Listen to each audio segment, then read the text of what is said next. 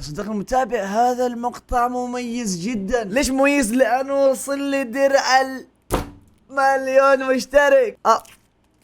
هكذا. ولكن اول حاجه صديق متابع ابى اقول لكم قصه. في بدايه سنه 20 كان هناك في شخص اسمه عبد الرحمن بابقي. هذا الشخص كان يحاول بقدر الامكان انه يصير واحد ناجح في حياته، ولكن حاول اكثر من 60 مره وكل محاولاته نحو النجاح باءت بالفشل. نعم يا صديقي المتابع، هذا الشخص حاول ما يقارب السنتين انه ينجح على يوتيوب ولا نجح، وكان كل مقطع يسويه كان يقول انه هذا المقطع اللي حيفرق معي، هذا المقطع المختلف اللي غير الباقيين، هذا المقطع اللي حيشهرني، وينزل هذا المقطع اللي تعب عليه، اللي على اساس انه هذا المقطع اللي هيغير حياته. ولكن للاسف هذه هي الحياه وهذه هي واقعها. المقطع اللي ينزله يفشل فشل ذريع، حتى ان احيانا المقطع اللي ينزله اللي هو على اساس فكر انه هذا المقطع هيغير حياته، هذا المقطع يكون اسوأ من المقطع اللي قبله من ناحيه المشاهدات او من ناحيه التفاعل. ولكن ماذا يقول؟ هذه هي الحياه تعلمك، ولكن للأسف الحياة ليست كالمدارس تعلمك بالفشل أو بالألم. جت له فترات هذا الشخص حس بالإحباط، حس بأنه خلاص إلى متى أنا هحاول؟ خلاص يا ابني جلس فوق سنتين تحاول فوق مئات المرات، يعني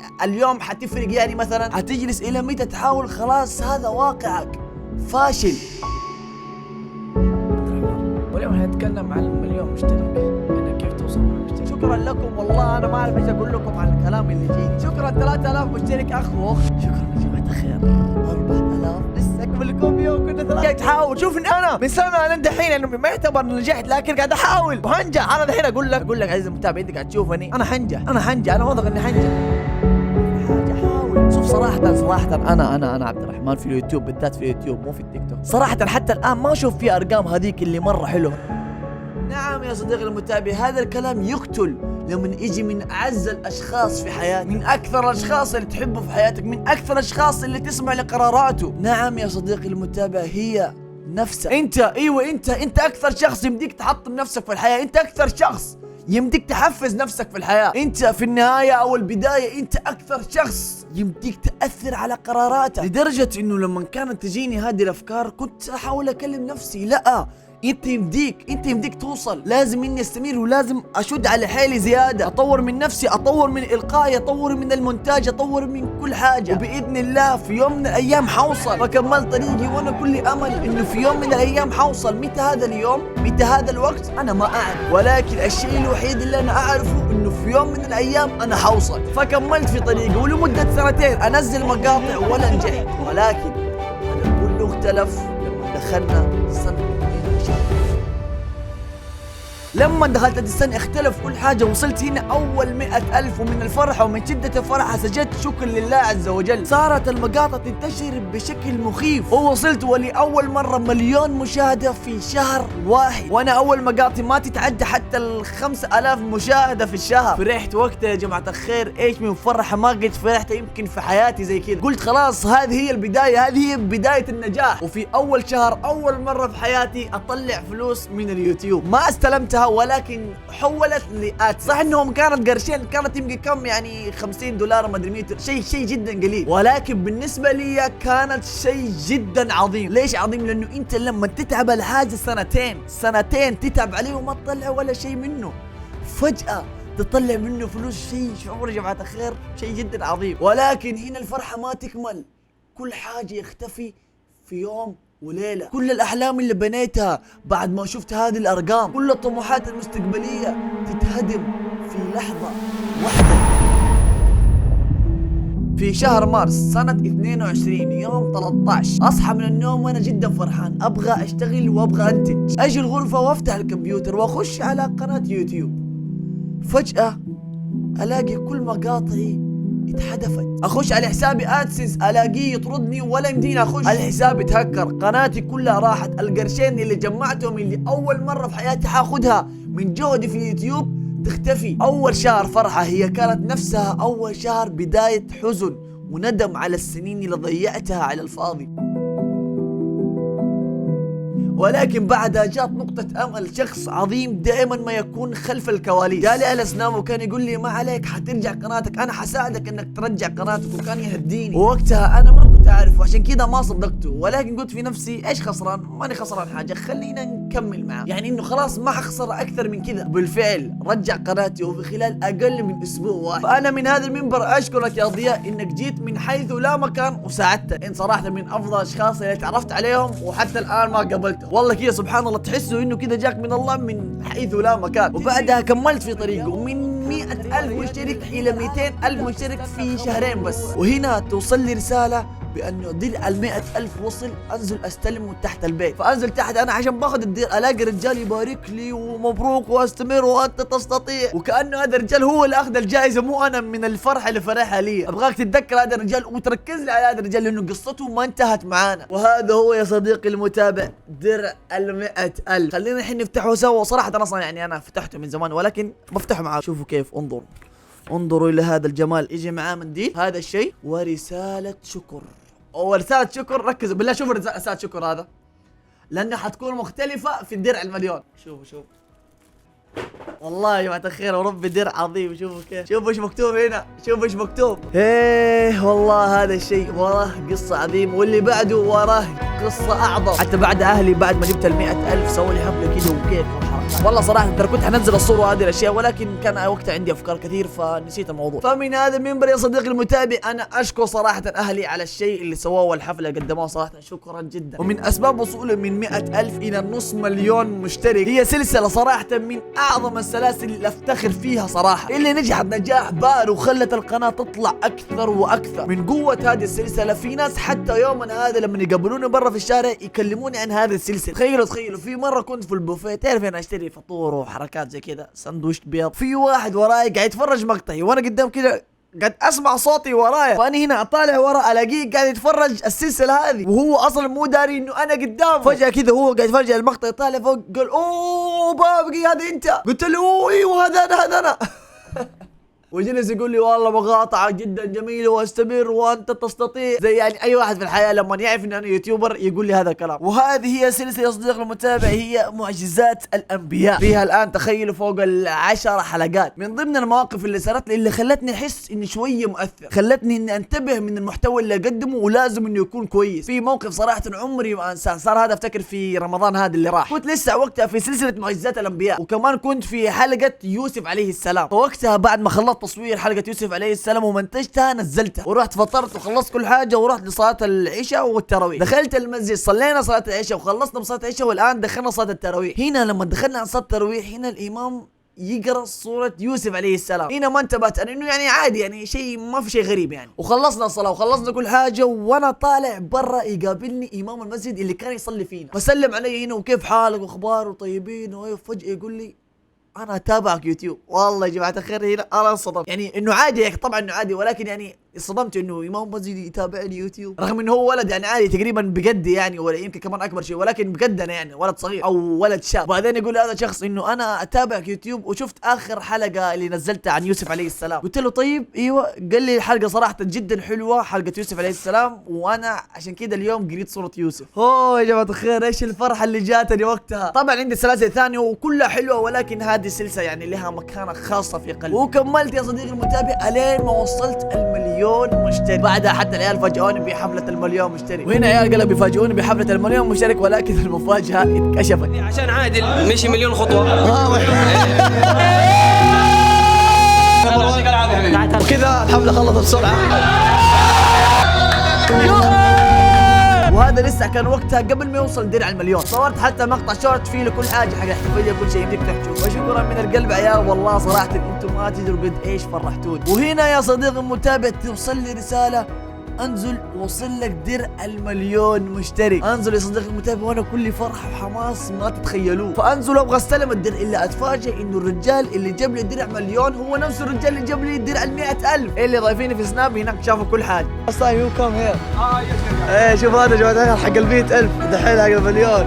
ثانك سو ماتش والله ثقيل ثانك سو ماتش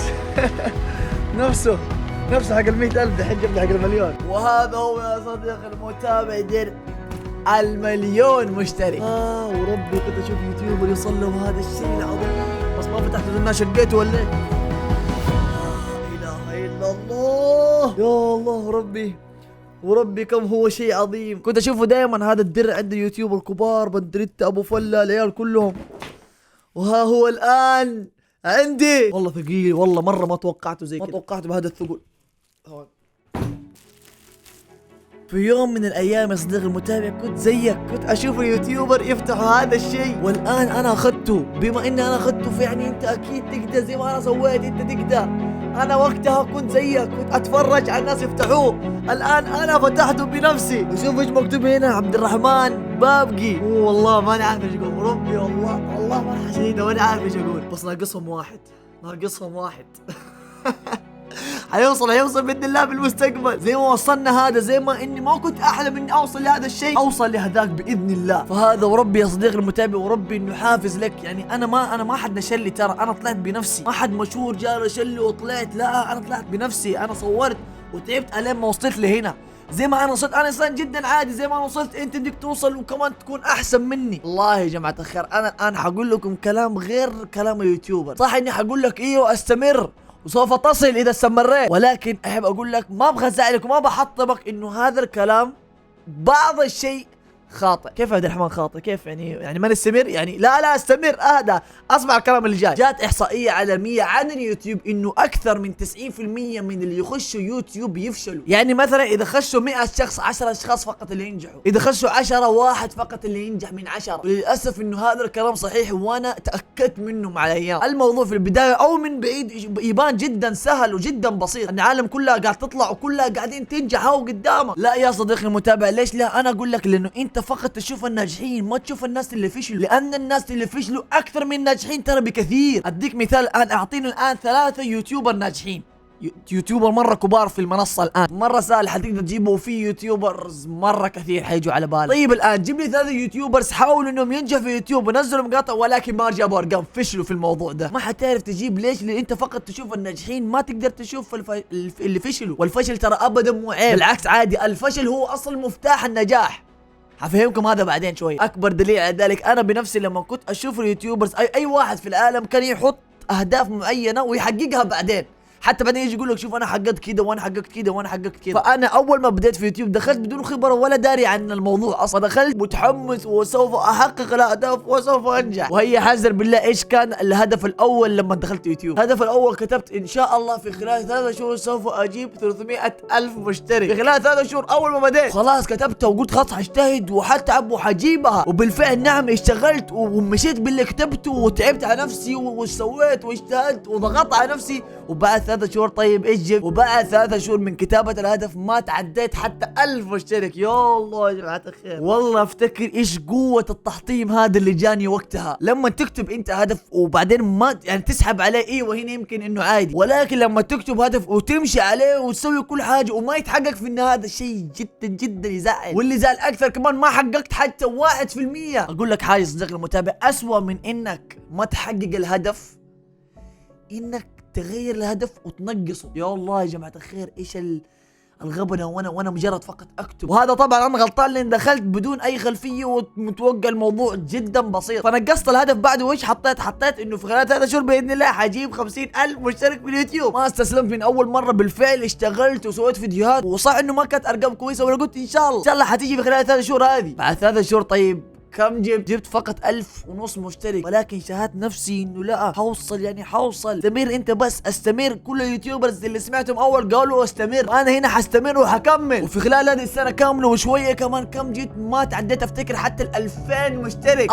اصعب طريق في حياتي صديقي المتابع في مسيرتي في اليوتيوب هي كانت البداية، اصعب حتى من 100,000 للمليون، من الصفر مشترك حتى 10,000 مشترك اصعب من 100 للمليون. اوريكم بالله، شوفوا انا عندي دلائل واثباتات على هذا الكلام. شوفوا هنا بالله معايا نوشن، هنا كنت احط كل الاهداف وكل الاشياء اليوميه اللي اسويها. شوفوا هنا ايش كاتب، ابغى اوصل 10,000 مشترك في اليوتيوب، وحوصل هذا الارقام كلها في سنه 2021 في شهر اكتوبر. هل حققت الاهداف اللي كتبتها؟ لا، ولكن حققت اهداف ثانيه غير. شوفوا هنا اول ما بدأت التحدي كان معايا 1917، وبعد ما وصلنا للتاريخ المعين وصلت فقط 2000 مشترك. شوفوا هنا ترى انا الغلطان، انا كتابة الاهداف هذه كانت اصلا غلط. ليش؟ بسبب حماسي وعدم خبرتي في الموضوع. والاهداف ابدا ما تكتب زي كده. ليش؟ لانه هذه حتحطمك بعدين زي ما حطمتني اول. انا هو صح انه الاستمرار صحيح، وهذا طبعا الاستمرار انا من الحين اقول لك استمر، لازم انك تستمر، ولكن انا اكتشفت وانصدمت بالواقع اللي يصير في اليوتيوب. في ناس تخيلوا دخلت في اليوتيوب، في ناس قنواتهم لها تقريبا 4 سنين الى 3 سنوات ومستمرين وما نجحوا. فقلت في نفسي اكيد هذول الاشخاص عندهم خطأ، كيف مستمرين كل هذه المدة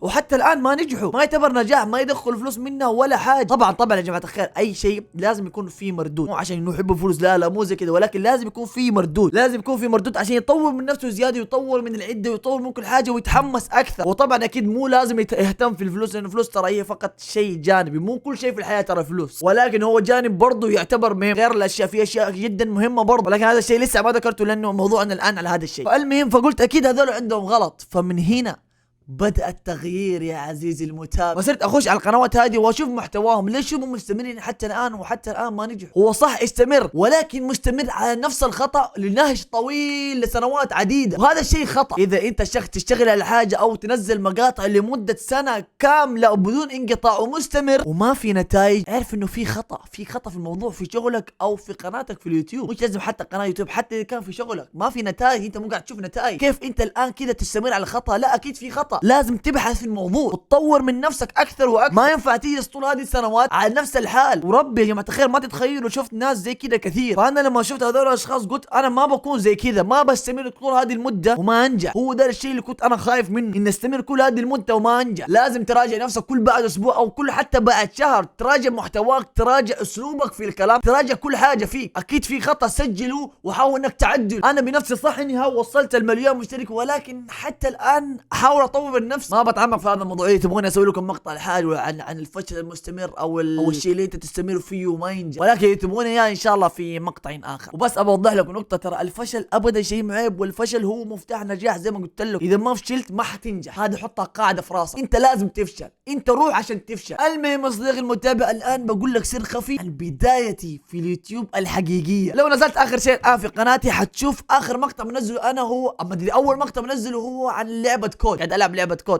ولكن في الحقيقه يا صديقي المتابع هذا ابدا ما هو المقطع الاول. ترى انا انسان في اليوتيوب جدا قديم، من ايام دحوم 100 ساعات والعيال دول. بدات قناتي 2013. انت الان روح شوف قناتي متى فتحت قناتي حتلاقي مكتوب 2013، ولكن بديت قناتي في 2013 ووقفت. كنت انزل ايامها عن كلاش اوف كلانس والعيال دول، مره قديم. كان اسم قناتي حتى النايت جيمر. اللي يعرف هذا الاسم، هذا مو بداياتي، هذه اللي قبل بدايات. اتحدى احد يعرف، يمكن ما في احد في الحياه يعني. وبعدين بعد رجعت ثاني مره ب7 سنوات في 2020. هنا كانت البداية الفعلية. وأول مقطع لي يا صديقي المتابع هو كيف توصل للمليون. والله بدري كيف خطر في بالي هذا المقطع، بس انه كان مرة قوي. بالله شوف المقطع وشوف كيف كان اسلوبي في الكلام وكيف كنت مرتبك من الكاميرا، وشوف ايش قلت. بالله ركزوا في ايش قلت. سلام، انا عبد الرحمن، واليوم حنتكلم عن المليون مشترك، انك كيف توصل من المشترك. انا عارف انه هذا اول قناة اول مقطع، بس انا اوريكم كيف توصل. يعني انا ما وصلت، بس انا عارف اوصل. وهذا المقطع الان، وهذا الدر اثبات على كلامي، اثبات لكلامي اني اول كنت اعرف كيف اوصل مليون. صح اني بسيط، ولكن كنت اعرف كيف اوصل. والله شوف مقطع اضحك، وربي والله ما كنت اعرف ايش المستقبل الصعب اللي حيكون، وايش التحديات الصعبه اللي ما كنت متخيلها. حنزل المقطع هذا دوبك شفته الان، حخليه بابليك انه الشعب كله يشوف. اول انا حذفته لانه شفت انه ما في امل اني اوصل مليون. وابدا يا صديقي المتابع ما انسى ابوي وامي اللي وقفوا معاي وساعدوني في اشياء مره كثير. منها هذا الكمبيوتر الان اللي هنا قاعد تسمعوني منه، خليني اوريكم اياه. هذا الكمبيوتر اللي اعطاني اياه كان جدا تعبان، ولكن ظبط لي اياه واعطاني اياه عشان اليوتيوب. فيعني طبعا ابوي وامي لهم دور جدا كبير في اليوتيوب. وامي هي اصلا اول ما عرفت ان انا فتحت قناه يوتيوب، وهي اللي دعمتني اول واحده في الحياه. والله العظيم لو اسوي مقطع كامل فقط شكر لهم، وربي ما حوف فيه ابدا. وشكرا لكم والله العظيم، لا والله عز وجل ثم انتم لما وصلت لهذا المكان. وشكرا لك انت يا صديقي المتابع. نعم انت يا صديقي المتابع، وربي انت الان الحالي انت الحين قاعد تتابعني من هذا الكاميرا، من هذا المربع، انت لك دور كبير. ترى انه وصلت من هنا والله العظيم انت ما تتخيل ان انت لوحدك. ايوه انت لوحدك لك دور عظيم، عشان كذا دائما لا تستهينوا باللايك اللي تعطوني اياه. انا لما اجي اتفرج الان يوتيوب واي حاجه ترى اي واحد اعطيه لايك، لانه اعرف انه انا لوحدي لي تاثير كبير. انت لوحدك احسب واحد يوصل لمليون، وهذه باذن الله ابدا ما حتكون اول مليون اوصل لها. ال10 مليون قريبه باذن الله، زي ما جبنا المليون زي ما شفناها صعبه حنقدر نجيب ال10 باذن الله. والله يا جماعه الخير ترى في كلام وقصه كثير نفسي اقولها، ولكن ما في احس ما في وقت بقول لكم عن عده وعن اشياء كثير صارت لي، في مواقف وقصص عن بدايتي، ولكن ما قلتها لان حيكون الوقت مره طويل زي كذا. باذن الله كذا ان شاء الله يكون في مقطع لحاله منفصل او في احتفاليه 2 مليون. فاهم شيء يا صديق المتابع انك تصلي حبيبي، ودائما ابدا يا صديق المتابع لا تنسى انك تقول مع السلامه. ليش؟ لانه ما اقول مع السلامه، تعرف ليش؟ لاننا سوف نلقاك باذن الله في المقطع القادم. والله صراحة ما اعرف ايش قلت في النهاية، ولكن في لخبطة كلام، ما في مشكلة، خلاص مشي انتهى. احتمال المليون.